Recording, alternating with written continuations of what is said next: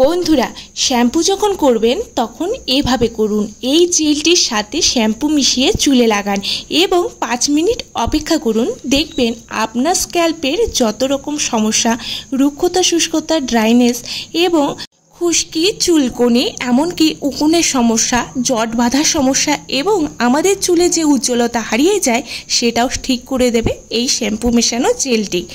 যখনই শ্যাম্পু করবেন তার আগে মাত্র 5 মিনিট সময় করে এভাবে করুন।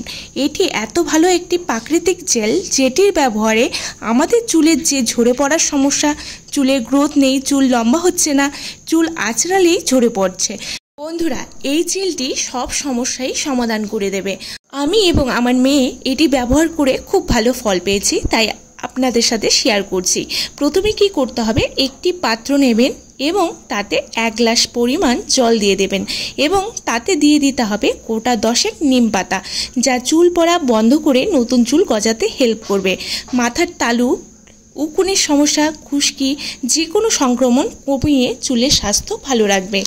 এরপর এর মধ্যে দিয়ে দিতে হবে কারি পাতা। আমি একটি ডাল নিয়ে কারি পাতাগুলো খুলে নিয়েছি। কারি পাতা আমাদের চুলের গ্রোথ ঘটাতে, খুশকি দূর করতে, চুলের উজ্জ্বলতা বাড়াতে সাহায্য করবে। এরপর দিয়ে দেব 1 চা চামচের পরিমাণ মেথি, যা চুলকে কন্ডিশনিং করবে, চুলের উজ্জ্বলতা বাড়াবে এবং চুলের রুক্ষতা, শুষ্কতা দূর করে হেয়ারকে ভালো রাখতে হেল্প করবে। এবারে এটিকে যা করতে হবে তা হলো গ্যাসে বসিয়ে ফোটাতে হবে যতক্ষণ না জলটি শুকিয়ে হাফ হয়ে যায়। কম আঁচে করতে হবে যাতে সমস্ত উপাদানের গুডনেস জলে চলে আসে এবং একটু পর পর নাড়িয়ে দিতে হবে। এটি চুলের শ্যাম্পু প্লাস কন্ডিশনারের কাজ করবে। চুলের ড্রাইনেস, ফ্রিজিনেস কমিয়ে চুলে এত শাইন এনে দেবে, দারুণ নরম করবে চুলটিকে এবং চুলে কোনো উস্কো খুস্কো ভাবই থাকবে না। এবারে জলটি শুকিয়ে গেলে, মেথিটি সিদ্ধ হয়ে গেলে, জলের পরিমাণ হাফ হয়ে এলে তারপর কিন্তু আমি জেলটিকে নামিয়ে নেব। আমি ছাঁকনিতে করে এই জেলটিকে ছেঁকে নিচ্ছি। ভালো করে ছেঁকে নেওয়ার পর এর মধ্যে এখন অ্যাড করে দিয়ে দিতে হবে আপনাদের পছন্দ মতো শ্যাম্পু। যার যতটুকু প্রয়োজন শ্যাম্পু সেখানে অ্যাড করে দিবেন। আমি 2টো শ্যাম্পু নিয়ে এতে অ্যাড করে দেব এবং ঢেলে দিয়ে ভালো করে আমি শ্যাম্পুটাকে এই জেলটির সাথে মিশিয়ে নেব যতক্ষণ না এর ফেনা তৈরি হয়ে যায়।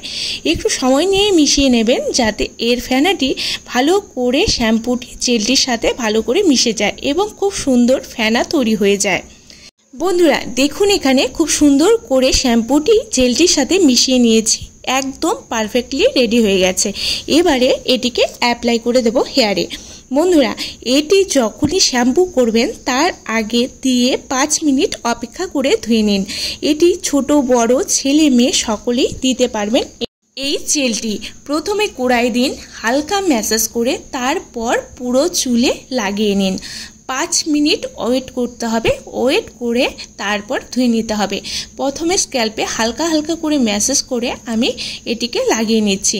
তারপরে পুরো চুলে ভালো করে লাগিয়ে অপেক্ষা করতে হবে 5 মিনিটের মতো। তারপরে এটিকে ওয়াশ করে নিতে হবে প্লেন জল দিয়ে। বন্ধুরা ধুয়ে নেওয়ার পর আফটার ওয়াশ দেখবেন, শ্যাম্পু করার সময় লক্ষ্য করবেন যে যখনই শ্যাম্পু করা হয় প্রত্যেকেরই কিন্তু শ্যাম্পু করার সময় কিছু না কিছু পরিমাণ চুল ঝরে যায় এবং চুল পড়ে যায়, কিন্তু সেটা কিন্তু লক্ষ্য করবেন। সেটি এই জেলটি বন্ধ করে দেবে।